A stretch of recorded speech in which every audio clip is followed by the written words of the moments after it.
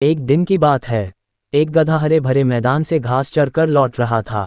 उसकी मुलाकात बाघ से हो गई। बाघ ने पूछा, क्यों गधे, हरी हरी घास चरकर आ रहे हो? गधा तुनक कर बोला, घास हरी नहीं नीली होती है।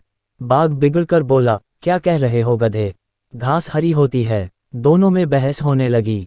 कोई अपनी बात से पीछे हटने को तैयार नहीं था। काफी देर बहस करने के बाद भी परिणाम न निकलता देखकर बाघ बोला, ऐसा करते हैं, जंगल के राजा शेर के पास चलते हैं। वही फैसला करेंगे कि हम दोनों में से कौन सही है और कौन गलत। गधा राजी हो गया। दोनों शेर के पास पहुंचे। शेर उस समय खा पीकर सोने की तैयारी में था। दोनों को अपने पास आया देखकर शेर ने पूछा, क्या बात है, इस समय कैसे आना हुआ, और वो भी एक साथ? बाघ के कुछ कहने के पहले गधा बोल पड़ा, वनराज, बाघ कहता है घास हरी होती है, मैं कहता हूं नीली। अब आप ही फैसला करें। शेर ने घूरकर बाघ को देखा। बाघ बोला, वनराज, सब जानते हैं कि घास हरी होती है, ये गधा मूर्ख है। शेर बोला, मूर्ख तुम हो? गधे तुम जाओ, मैं बाघ को 1 साल तक मौन रहने की सजा देता हूं।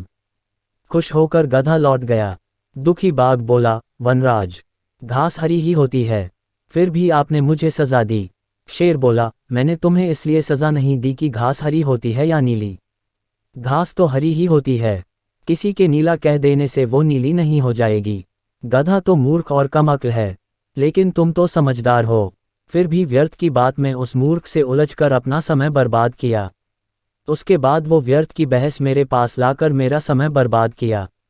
ये सज़ा इसलिए है। बाघ ने कान पकड़े और बोला कि अब वह मूर्खों के साथ व्यर्थ की बहस में कभी नहीं उलझेगा। कहानी की सीख, मूर्खों के साथ व्यर्थ की बहस में उलझना मूर्खता है।